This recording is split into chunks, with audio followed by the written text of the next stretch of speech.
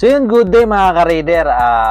Usapang pilot jet tayo mga ka-raider. Kasi ang mga ka-raider, yung mga nagtatanong sa akin kung bakit daw ang liliit ng mga pilot jet na ina-advise ko. So again mga ka-raider, sa mga nagtatanong at hindi ko nare-replyan, medyo hindi ko rin kasi kayang replyan kayo isa't isa mga ka-raider, no? Meron tayo sa Facebook, ang dami nagtatanong dyan about sa jettings, at mas marami sa YouTube. Sobrang dami mga ka-raider. Yung iba nare-replyan ko, pasensya na uli sa mga hindi ko nare-replyan. By the way mga ka-raider, yung binibigay kong pilot jet sa main jet, yun lamang guide. Kumbaga doon kayo mag-umpisa. Tapos mag-spark plug reading kayo. Kapag lean, doon kayo mag-adjust ng pilot jet o kaya main jet. Kapag reach naman, adjust din ulit kayo. Kumbaga pinaka guide kung saan ko kasi napapatino yung aking carburetor at mga ginagawa kong carburetor, doon ko siya napapatino sa mga jettings na binibigay ko sa inyo. Akma sa karga ng makina nyo. Kung stock, super stock, loaded, super load, mga ganyan. So ito mga ka-raider, ito kasi yung problema daw. Yung mga binibigay ko daw na pilot jet is maliliit. 35, 32, 38. Okay? Ito kasi yun mga ka-raider. Ang gusto nyo kasi tipid sa gas pero malakas.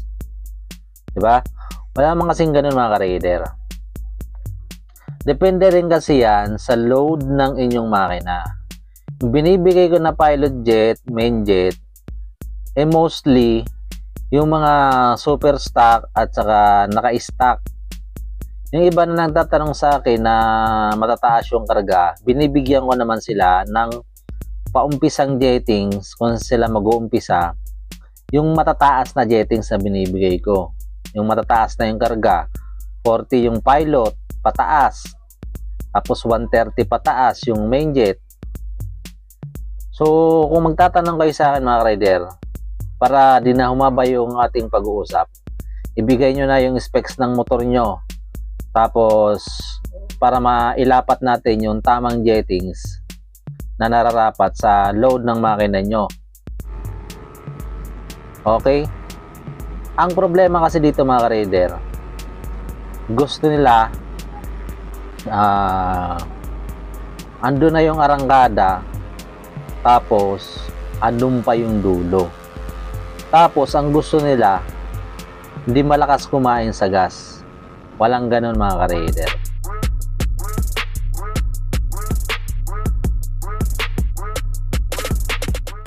Kung stock ka,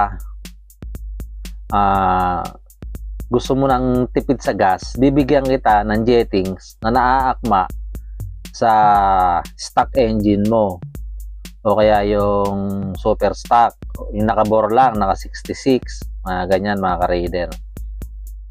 Ang i-advise ko lang sa iyo, yung panimulan jettings, mababang jettings lang, tulad ng 118, 115 main jet, 35, 32, 38 na pilot. Sa mga stock o mga nakabore lang ng 66, walang galaw, port head lang. Tapos mga ka-raider, magkakaiba yan kung saan nyo gagamitin yung carburetor. Kasi mga ka-raider, kapag kasi mga ka-raider, tatlo yan yung pang daily, yung may kunting pangharot, at yung pang waswas, o marami pang iba. Basta yan lang sa akin Okay, dito tayo sa pang daily. Bibigyan kita ng pang daily. Sabihin natin may arangkada, pero hindi dudulo. Kasi pang daily nga lang siya, 'di ba? Ang ibibigay kasi yung pilot jet is yung maliliit lang para tipid na rin sa gasolina. Ngayon naman, kapag yung pangharot-harot, pang daily na pangharot-harot, yung pang waswas sa makukulit na gusto ka laging sibakin, ibibigyan kita ng combination ng pilot sa main jet na tipid sa gasolina, pero pag binira mo naman yung throttle, kayang-kaya mong sibakin yung makukulit sa daan. Okay, sa pangatlo naman mga ka-raider, ito na yung pangwaswas. Bibigyan kita ng akamang jettings na huwag mo nang expect na matipid sa gasolina. Kasi kung gusto mo nang may arangkada at may dulo, huwag ka magtipid sa gasolina. Yung mga gantong binibigay ko na pilot jet mga ka-raider o mga carb na malalaki, hindi siya mostly ginagamit sa pang daily saka pang harot-harot. Mostly yung ano lang siya, sineset mo lang siya sa bawa, i-set mo siya ngayon kasi mamayang gabi may waswasan, katulad ng South Noodles, Davao Noodles, di ba, mga ganyan. Mamayang gabi okay na, bukasan may waswasan, saka mo lang siya ikakabit. Tapos huwag ka na mag-expect na titipid sa gasolina kasi gusto mo nga ng arangkada at saka mabilis, saka top speed para hindi kasi ka maiwan. Kasi yung matataas na yung load mga ka-raider, gusto nila yung may sibat tapos may dulo. Maraming recipe yan mga ka-raider bago mo makuha yung mga ganyang takbuhan. Hindi yung stock o hindi kompleto yung set mo, gusto mo may dulo tapos gusto mo may arangkada din. Kapag naka-clutch ka naman talaga, makakakuha ka ng magandang arangkada, di katulad sa automatic. Pero pag arangkada mo, yung gitna niya dapat makuha mo rin hanggang sa dulo. So yun mga ka-raider, magbabase yun, depende pa rin yan mga ka-raider. Kung 28 lang tapos gusto mo ng high o nag-expect ka ng mataas na performance, hindi rin mga ka-raider.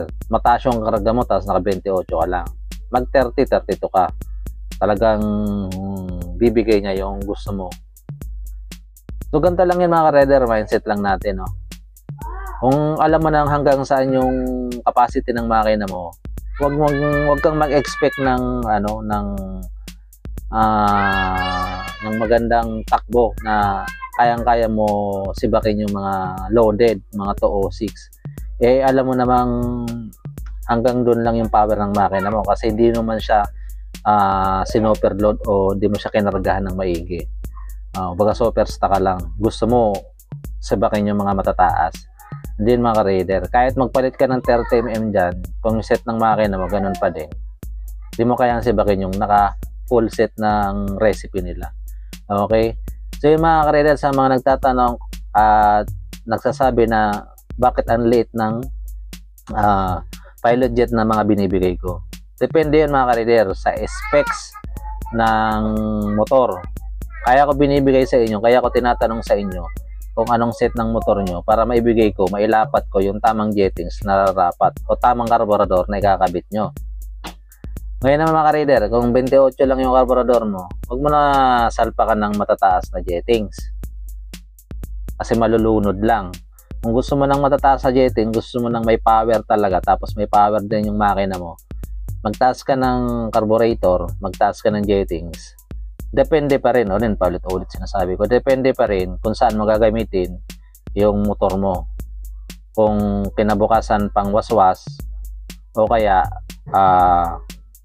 pang daily lang.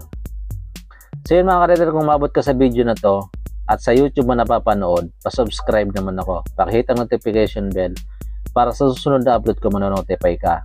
At kung sa Facebook mo ito napapanood mga ka-raider, follow na rin ako, paki-like and share para makatulong sa iba na nahihirapan magtono at naguguluhan pa rin about sa carburetor. Okay, alam ko maraming naka-FI na ngayon, era na ng FI ngayon mga ka-raider, pero marami pa rin ang gumagamit ng karburador at marami pa rin ang sumisibak ng mga naka-FI na nakarburador, di ba? Depende yan sa pagsiset mga ka-raider. Sa pagtagal-tagal ng vlog natin mga ka-raider, mapupunta rin tayo sa FI, pagka FI cleaning, mga ganyan. So paglalaanan natin yan mga ka-raider. So ayun mga ka-raider, recipe na lang sa inyo. Sinagot ko lang yung mga nagtatanong kung bakit ayun yung mga binibigay kong jettings. Sana na ipaliwanag ko ng maayos mga ka-rider. Okay, ride safe sa inyo. Peace.